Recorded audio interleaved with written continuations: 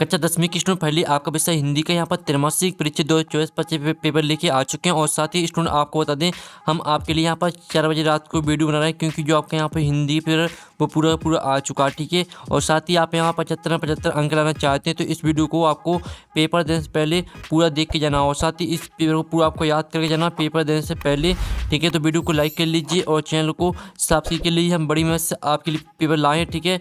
और समय आपके यहाँ पर 3 घंटा रहेगा। आप लोग बहुत से कमेंट आ रहे थे कि हिंदी पेपर लाओ, फाइनली आपके यहाँ पर हिंदी के पेपर आ चुका है, ठीक है। और आपके यहाँ पर निर्देश आते हैं, सही प्रश्न करना अनिवार्य है। फिर आपका दूसरा निर्देश आता है, प्रश्न क्रमांक 1 से 5 तक 30 है, वस्तुनिष्ठ प्रश्न है, प्रत्येक उप प्रश्न पर 1 अंक निर्धारित है, ठीक है। फिर आपका यहाँ पर तीसरा निर्देश आता है, चौथा, पाँचवा, छठवां। तो आप यहाँ पर निर्देश भी पढ़ सकते हैं। आप चलिए स्टूडेंट, जो आपके यहाँ पर हिंदी के पेपर वो देख लेते हैं, तो आपको जूम करके दिखाते हैं, जिससे आप यहाँ पर अच्छी तरह से देख पाएंगे, ठीक है। तो स्टूडेंट, हमने आपको पहले बता दिया, आपको पेपर देने से पहले इस पेपर को पूरा आपको यहाँ पर याद कर लेना है, ठीक है। और साथ ही आप यहाँ पर देख लीजिए, तो आप यहाँ पर देख लेते आपके सही विकल्प चुनकर लिखिए, आपके 6 नंबर के आते हैं। तो आपको ध्यान से देखना और सुनना, जिससे पूरे ऑब्जेक्ट हैं वो आपको यहीं पे याद कर लेना है, ठीक है। तो आपका आता छायावाद के प्रतिनिधि कवि हैं, तो आपका आता जयशंकर प्रसाद, बा आता ऋतुराज, और साथ आपका सूरदास, और दा आता धर्मवीर भारती। तो यहाँ पर छायावाद के प्रतिनिधि कवि हैं, तो इसका आंसर आपका आ हो जाएगा जयशंकर प्रसाद। फिर आपका आता दूसरा, नंदन का प्रयोग किया गया है, ठीक है। उद्धव के लिए, बा आता गोपियों के लिए, और साथ आपका कृष्ण के लिए, और दा आता सूरदास के लिए। तो यहाँ पर नंदन का प्रयोग किया गया है, इसका करेक्ट आंसर आपका सा हो जाएगा कृष्ण के लिए। तो आपको यहाँ पर अच्छी तरह से याद करते जाना है, ठीक है। और पेपर देने से पहले इस पेपर को पूरा आपको यहाँ पर याद कर लेना है। फिर तीसरा आता बेहदी शब्द का अर्थ है, तो आपका आता आधार, बात आपका चिंता, और साथ आपका रोग, और दाता विरह, ठीक है। तो यहाँ बेहदी शब्द का अर्थ है, तो इसका करेक्ट आंसर आपका सा हो जाएगा रोग। फिर आपका आता चौथा, कस्बे के चौराहे पर प्रतिमा लगी थी, महात्मा गांधी की, बाता भीमराव अम्बेडकर की, और साथ सरदार पटेल की, दाता सुभाष चंद्र बोस की। तो यहाँ पर कस्बे के चौराहे पर प्रतिमा लगी थी, तो इसका करेक्ट आंसर आपका दा रहेगा सुभाष चंद्र बोस की, ठीक है। सुभाष चंद्र बोस की यहाँ पर कस्बे के चौराहे पर प्रतिमा लगी थी। फिर आपका पाँचवा आता है, 2 शब्दों का अपने विभक्ति चिन्हों को छोड़कर आपस मिलना कहलाता है। तो इसका आपका आ और साथ आता संधि, बात आपका समास, और साथ आपका वाक्य रूपांतरण, और दाता इनमें से कोई नहीं। तो यहाँ पर 2 शब्दों का अपने व्यक्ति चिन्हों को छोड़कर आपस मिलना कहलाता है, तो इसका करेक्ट आंसर आपका बा रहेगा समास कहलाता है। फिर आपका 6वां आता नेता की चश्मा, ठीक है, नेताजी के चश्मा पाठ की विधा है, तो आपका आता एकांकी, बात आपका व्यंग, और साथ आपका निबंध, दाता कहानी। तो यहाँ पर नेताजी के चश्मा पाठ की विधा है, तो इसका आंसर आपका कहानी हो जाएगा, कहानी आपका करेक्ट आंसर रहने वाला है। फिर आपका आता है रिक्त स्थान पूर्ति कीजिए, ठीक है। प्रश्न 2 आता है रिक्त स्थान पूर्ति कीजिए, आपके 6 नंबर के आते हैं। तो आपको यहाँ पर ध्यान से देखना, और पेपर देने से पहले इससे पेपर को पूरा आपको यहाँ पर याद कर लेना है, ठीक है। तो आपका आता सूर्य की भक्ति दोनों भाव की है, तो यहाँ पर सूर्य की भक्ति है आपकी सख्य भाव की, तो सख्य भाव आपका इसका आंसर रहेगा। भाव पहले से लिखा, तो शक का आपको यहाँ पर लिखना आंसर। फिर दूसरा था गोपियों ने मधुकर संबोधन डॉट के लिए दिया, तो यहाँ पर गोपियों ने मधुकर संबोधन उद्धव के लिए दिया, तो उद्धव आपका यहाँ पर करेक्ट आंसर रहेगा। फिर तीसरा आता डॉट में लेखक अपने जीवन वृत्त को प्रस्तुत करता है, तो यहाँ पर आत्मकथा हो जाएगा इसका आंसर, ठीक है, आत्मकथा, ठीक है। आप यहाँ पर देख लीजिए, आत्मकथा में लेखक अपने ही जीवन वृत्त को प्रस्तुत करता है। फिर आपका आता है चौथा वीर रस का इस्तेवा डॉट है, तो यहाँ वीर रस का इस्तेवा आपका यहाँ पर उत्साह हो जाएगा, ठीक है। जो वीर रस का इस्तेवा होता है वो आपका उत्साह होता है। फिर आपका आता है 5वां भोलानाथ और उसके साथी अमूल्य को घिसकर डॉट बजाते थे, तो यहाँ भोलानाथ और उसके साथी अमूल्य को घिसकर शहनाई बजाते थे, तो शहनाई आपका यहाँ पर करेक्ट आंसर रहेगा। और फिर आपका आता है 6वां समास के भेद डॉट है, तो समास के भेद 6 हैं, ठीक है, 6 आपका यहाँ पर करेक्ट आंसर रहेगा। तो इस तरह से आपके यहाँ पर रिक्त स्थान कंप्लीट हो जाते हैं, आपने यहाँ पर अच्छे से याद कर लिए होंगे। अब चलिए आपके यहाँ पर नेक्स्ट प्रश्न देख लेते हैं, जिसमें आपके आते हैं सत्य असत्य का चयन करके लिखिए, ठीक है। ये आपका प्रश्न तीसरा है, जो कि आपके सत्य असत्य रहेंगे 6 नंबर के। तो पहला था गोपियाँ कृष्ण द्वारा चुराए गए अपने मन को वापस मांग रही हैं, तो पहला आपका बिल्कुल यहाँ पर सत्य रहेगा। फिर आपका यहाँ पर आता है 1 अंक वाली रचना कहानी कहलाती है, तो यहाँ पर 1 अंक वाली रचना, ठीक है, 1 अंक की कहलाती है, कहानी नहीं कहलाती है, तो ये आपका असत्य हो जाएगा, ठीक है। फिर आपका यहाँ पर आता है उपन्यास में कई कथाओं का समावेश होता है, तो यह आपका बिल्कुल यहाँ पर सत्य रहेगा। फिर आपका आता है भोलानाथ को मैया की गोद से निकलकर बाबूजी की गोद में शांति मिली, तो यह आपका असत्य रहेगा। फिर आपका आता है लेखक शिवभजन साय के पिता आटे की गुड़ियाँ मछलियों को खिलाते थे। तो यह आपका बिल्कुल यहाँ पर सत्य रहेगा। फिर आपका आता है 5-6वां, जहाँ अलौकिक आश्चर्य का भाव उत्पन्न हो वहाँ विभत्स रस होता है। तो यहाँ पर जहाँ अलौकिक आश्चर्य का भाव उत्पन्न हो वहाँ ठीक है अद्भुत रस होता है, विभत्स रस नहीं होता। तो इसका आंसर असत्य हो जाएगा। ठीक है, तो आपका असत्य यहाँ पर आंसर रहेगा। तो इस तरह से आपकी 70 सत्य यहाँ पर कंप्लीट हो जाते हैं। आपने अच्छे से याद कर लिए होंगे। आप प्रश्न 4 आता सही जुड़ी बनाइए। 6 नंबर की आती है स्तंभ आवभा में आपकी दी सही जुड़ी। पहले आती है आधुनिक कबीर। आधुनिक कबीर को आपको यहाँ पर नागौर से मैच करना है। फिर दूसरी आती कहानी के तत्व। तो कहानी के तत्व आपके 6 होते हैं। और जो आपके यहाँ पर तीसरी आती दोहा। दोहा को आपको मैच करना अर्ध सम्मात्रिक छंद से, ये आपकी तीसरी रहेगी। चौथी आती संधि के प्रकार। तो यहाँ पर संधि के प्रकार होते हैं 3। ठीक है, तो ये आपकी चौथी हो जाएगी। जो 5वीं आती आम के आम गुठलियों के दाम। तो इसको आम के आम गुठलियों के दाम आपको दोहरा लाभ से मैच करना है, ये आपकी 5वीं रहेगी। फिर 6वीं आती निस्तब्धता। ठीक है, आप यहाँ पर देख लीजिए। ठीक है, निस्तब्धता। तो इसको मैच करना आपको यहाँ पर सन्नाटा से, ये आपकी 6वीं रहेगी। तो इस तरह से आपकी यहाँ पर सही जोड़ी वो मैच हो जाती हैं। साथ ही हमने यहाँ पर नंबर लिख दिए कौन सी मैच करनी है। तो आप यहाँ पर देख सकते हैं। आप प्रश्न 5 आता है एक सदवाक्य में उत्तर दीजिए। तो पहला था गोपियों ने भ्रमण के बहाने किस पर व्यंग्य बाण छोड़े हैं। तो यहाँ पर गोपियों ने भ्रमण के बहाने उद्धव पर व्यंग्य बाण छोड़े हैं। तो उद्धव आपका यहाँ पर करेक्ट आंसर रहेगा पहले का।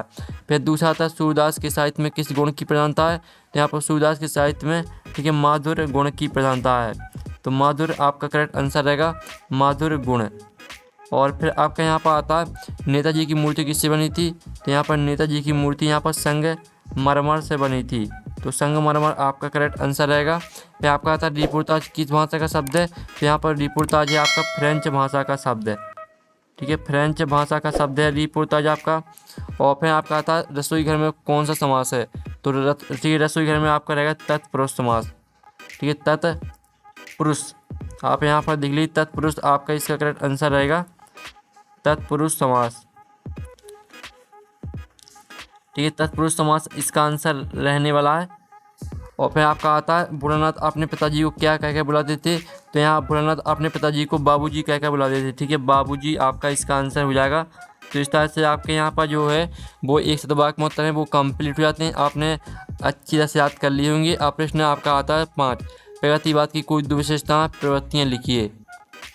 तो स्टूडेंट आप यहाँ पर देख लीजिए, ये रही आपकी प्रगतिवाद की विशेषताएं। ठीक है, सामाजिक इतिहास का चित्रण और सांप्रदायिकता का विरोध और जनभाषा का प्रयोग। ठीक है, आपकी प्रगतिवाद की विशेषताएं हो जाती हैं। फिर आप यहाँ पर देख लीजिए, इसका अथवा दिया है नई कविता की विशेषताएं प्रवृत्तियाँ लिखी। तो इसका आंसर आपको खुद करना है, क्योंकि हम आपको जो आपको ऊपर का प्रश्न आते हैं जो अथवा का, दोनों में से हम आपको एक का आंसर कराने वाले हैं। क्योंकि अगर दोनों का आंसर कराएंगे तो वीडियो काफ़ी लॉन्ग हो जाएगा, इसलिए आपको एक का आंसर कराएंगे, इससे आपका समय भी बचेगा। फिर आपका आता है सूरदास की दो रचनाओं के नाम एवं काव्यगत विशेषताएं लिखिए। तो आप यहाँ पर देख लीजिए, सूरदास की आपकी यहाँ पर 2 रचना हो जाती हैं। ठीक है, सूर सागर और सूर सरावली, ये आपकी 2 रचना हो जाती हैं। इनका भाव पक्ष आप यहाँ पर देख लीजिए। सूरदास कृष्ण भक्त थे। सूर ने अपने पदों में मानव के मन के भावों को प्रकट किया है। सूर के काव्य में शांत श्रृंगार और बास रस स्पष्ट रूप से दिखाई देता है। सूर बास रस के सर्वोत्कृष्ट कवि हैं। और इनका कला पक्ष आप यहाँ पर देख लीजिए। इस तरह से आपका ये आपकी ठीक है रचना है, 2 रचना, ये आपका भाव पक्ष और ये आपका कला पक्ष। तो पूरा आपको याद कर लेना है। फिर आप यहाँ पर देख लीजिए, जो आपका यहाँ पर इसका अथवा आता है। ठीक है, गोस्वामी तुलसीदास की 2 रचनाओं के नाम एवं काव्य विशेषताएं लिखिए। फिर आपका आता है 7वां उद्धव के व्यवहार की तुलना किससे की गई है। तो इसका आंसर आप यहाँ पर देख लीजिए, उद्धव की व्यवहार की तुलना निम्नलिखित से की गई है। इसका का आता है कमल के पत्तों से जो जल में रहकर भी उसमें प्रभावित नहीं होते। फिर खा आता जल में पड़ी तेल की बूंद से जो जल में घुलती मिलती नहीं है। उद्धव भी इसके समान है, वे कृष्ण के संग रहकर भी उसके प्रेम से प्रभावित नहीं हो सके। ये आपका आंसर रहेगा। फिर आपका यहाँ पर देख लेते हैं, जो इसका अथवा था गोपियों द्वारा उद्धव को भगवान कहने में क्या विघ्न नहीं थे। तो इसका आंसर आपको खुद करना है। फिर आपका आता है परशुराम के क्रोध करने पर लक्ष्मण ने धनुष के टूट जाने के लिए कौन कौन तर्क दिए। तो जो इसका आंसर रहेगा वो आप यहाँ पर देख लीजिए। इस तरह से आपका इसका आंसर रहने वाला, परशुराम के क्रोध करने पर लक्ष्मण ने धनुष के टूट जाने पर निम्नलिखित तर्क दिए। हमें तो यार असाधारण शिव धनुष साधारण धनुष की भांति लगा और श्री राम को तो ये धनुष नए धनुष के समान लगा। मैं आपका तीसरा पॉइंट देख लीजिए, यहाँ से 3 पॉइंट आपको याद करने हैं। ठीक है, चौथा 5वां छोड़ देना है, 3 पॉइंट याद कर लीजिएगा। और पेपर देने से पहले, ठीक है। फिर आपका इसका अथवा था लक्ष्मण ने वीर युद्ध की क्या विशेषताएं बताई हैं, तो इसका आंसर आपको खुद करना है। फिर आपका था चौपाई छंद की परिभाषा उदाहरण सहित लिखिए। तो जो इनका इसका आंसर है वो हम यहाँ पर देख लेते हैं, ठीक है। तो आप यहाँ पर देख लीजिए स्टूडेंट, जो आपके यहाँ पर दिया गया चौपाई छंद की परिभाषा उदाहरण सहित लिखिए। तो इसका जो आंसर रहेगा वो आप यहाँ पर देख लीजिए, ठीक है। यह एक मात्रिक समछंद है, इसमें 4 चरण होते हैं, इसके हर एक चरण में 16 मात्राएं होती हैं, ठीक है। चरण के आखिरी में जगण और तगण का आना वर्जित होता है। और साथ ही जो आपके यहाँ पर दिया गया है इसका उदाहरण भी आप यहाँ पर देख लीजिए, आपको उदाहरण यहाँ पर दिया गया है। फिर आपका जो यहाँ पर दिया गया, ठीक है, इसका अथवा अतिशयोक्ति अलंकार की परिभाषा उदाहरण से लिखिए। तो इसका आंसर आपको खुद करना है। फिर आपका तो महाकाव्य और खंडकाव्य में अंतर लिखिए, ठीक है। तो आप यहाँ पर देख लीजिए ये आपको महाकाव्य और खंडकाव्य में अंतर। महाकाव्य में नायक के संपूर्ण जीवन का वर्णन रहता है और खंडकाव्य में जीवन के किसी एक खंड का वर्णन रहता है। महाकाव्य में कई छंदों का प्रयोग होता है और खंडकाव्य में केवल एक ही छंद का प्रयोग होता है। और इसका तीसरा और चौथा पॉइंट देख लीजिए, यहाँ से 3 पॉइंट आपको याद कर लेने हैं। फिर आप चलिए आपके यहाँ पर 10वीं का अथवा देख लेते हैं। तो 10वीं का अथवा आता हास्य रस की परिभाषा उदाहरण से लिखिए। फिर आपका आता रिपोर्टाज किसे कहते हैं। तो आप यहाँ पर देख लीजिए रिपोर्ट किसी घटना के यथातथ वर्णन को कहते हैं। रिपोर्ट सामान्य रूप से समाचार पत्र के लिए लिखी जाती है और उसमें साहित्यिकता नहीं होती। रिपोर्ट के कलात्मक तथा साहित्यिक रूप को रिपोर्टाज कहते हैं। इस तरह से आपका आंसर रहने वाला है। फिर जो आपका इसका अथवा दिया गया है हिंदी साहित्य के 2 निबंधकारों के नाम एवं उनकी रचनाएं लिखिए। तो इनका आंसर आपको खुद करना है। फिर आपका आता आत्मकथा और जीवनी में 2 अंतर लिखिए, ठीक है। तो आप यहाँ पर देख लीजिए ये आपका आत्मकथा और जीवनी में अंतर। आत्मकथा स्वयं के द्वारा लिखी जाती है और जीवनी किसी दूसरे के द्वारा लिखी जाती है। आत्मकथा में लेखक अपनी स्वयं की कथा लिखता है और जीवनी किसी महापुरुष के जीवन पर आधारित होती है। इस तरह से आंसर रहेगा आपका। फिर आपका यहाँ पर देख लीजिए कहानी उपन्यास में अंतर लिखिए। तो इसका आंसर आपको खुद करना है। फिर आपका था मन्नू भंडारी की भाषा शैली की 2 रचनाओं के नाम लिखिए। तो आप यहाँ पर देख लीजिए मन्नू भंडारी की 2 रचनाएं, ठीक है। आपका बंटी और मैं हार चुकी, ये आपकी 2 रचना हो जाती हैं। इनकी भाषा आप यहाँ पर देख लीजिए, ये आपकी भाषा दी गई है। मन्नू भंडारी जी ने बोलचाल की व्यवहारिक भाषा में साहित्य की रचना की है। उनकी आवश्यकता के अनुसार तत्सम तद्भव देशी तथा विदेशी शब्दों का प्रयोग किया है। उन्होंने लोक शक्ति व मुहावरों का स्वभाविक प्रयोग भी किया है। इस तरह से पूरा आपको बदलती जाती है, यहाँ तक याद करना है। और साथ ही इनकी शैली भी देख लीजिए। तो इस तरह से आपका आंसर हो जाता है। फिर आपका इसका अथवा देख लीजिए। फिर आपका आता 14वां भगत की पुत्रवधू ने अकेला क्यों नहीं छोड़ना चाहती थी। तो इसका जो आंसर रहेगा वो आप यहाँ पर देख लीजिए। भगत की पुत्रवधू उन्हें अकेले छोड़कर नहीं जाना चाहती थी क्योंकि भगत के बुढ़ापे का वह एकमात्र सहारा थी। उसके चले जाने के बाद भगत की देखभाल करने वाला कोई नहीं था। तो इस तरह से आपका आंसर रहेगा। फिर आप यहाँ पर देख लीजिए मूर्ति पर सर करने का चश्मा क्या उम्मीद जगाता है। तो इसका आंसर खुद करना है आपको। फिर आता अर्थ के आधार पर वाक्य के भेद लिखिए। तो यहाँ पर देख लीजिए अर्थ के आधार वाक्य के भेद 8 प्रकार होते हैं। विधानवाचक वाक्य, निषेधवाचक वाक्य, प्रश्नवाचक वाक्य और विस्मयादिवाचक वाक्य, आज्ञावाचक वाक्य, इच्छावाचक वाक्य, संकेतवाचक वाक्य और संदेहवाचक वाक्य। तो इस तरह से आपका आंसर यहाँ पर हो जाता है। फिर आप यहाँ पर देख लीजिए संधि किसे कहते हैं, संधि की भेद लिखिए। तो इसका आंसर खुद कर लीजिएगा। फिर आपका 16वां निम्नलिखित वाक्यों को निर्देशानुसार परिवर्तित कर लिखिए। मैं कल भोपाल जाऊंगी, इसको आपको प्रश्नवाचक वाक्य में परिवर्तित करना है। और यह आपका विद्यालय, इसको आपको निषेधवाचक वाक्य में परिवर्तित करना है। फिर आपका तो निम्नलिखित मुहावरों के अर्थ सहित वाक्य बनाकर लिखिए। आँख का तारा होना, आग में घी डालना, इनका आपको अर्थ सहित वाक्य बनाकर लिखना है। तो इसका आंसर आपको खुद करना है क्योंकि यह बिल्कुल सरल है और इसे आप आसानी से कर सकते हैं। फिर आपका था माता का अंचल शीर्षक की उपयुक्तता बताइए। तो इसका जो आंसर है वो हम यहाँ पर देख लेते हैं। ये आपका 17वें प्रश्न का आंसर है, ठीक है। माता का अंचल शीर्षक की उपयुक्तता। तो पूरा आपको यहाँ पर याद कर लेना है। आप स्क्रीनशॉट ले सकते हैं और साथ ही इनका स्क्रीनशॉट लेते चलिए जिससे आपको याद करने में आसानी जाएगी। फिर आता था बच्चे अपने माता पिता के प्रति अपने प्रेम को कैसे अभिव्यक्त करते हैं। तो इसका आंसर खुद करना है आपको। फिर आपका 18वां था निम्नलिखित पद्यांश की संदर्भ प्रसंग से व्याख्या लिखिए।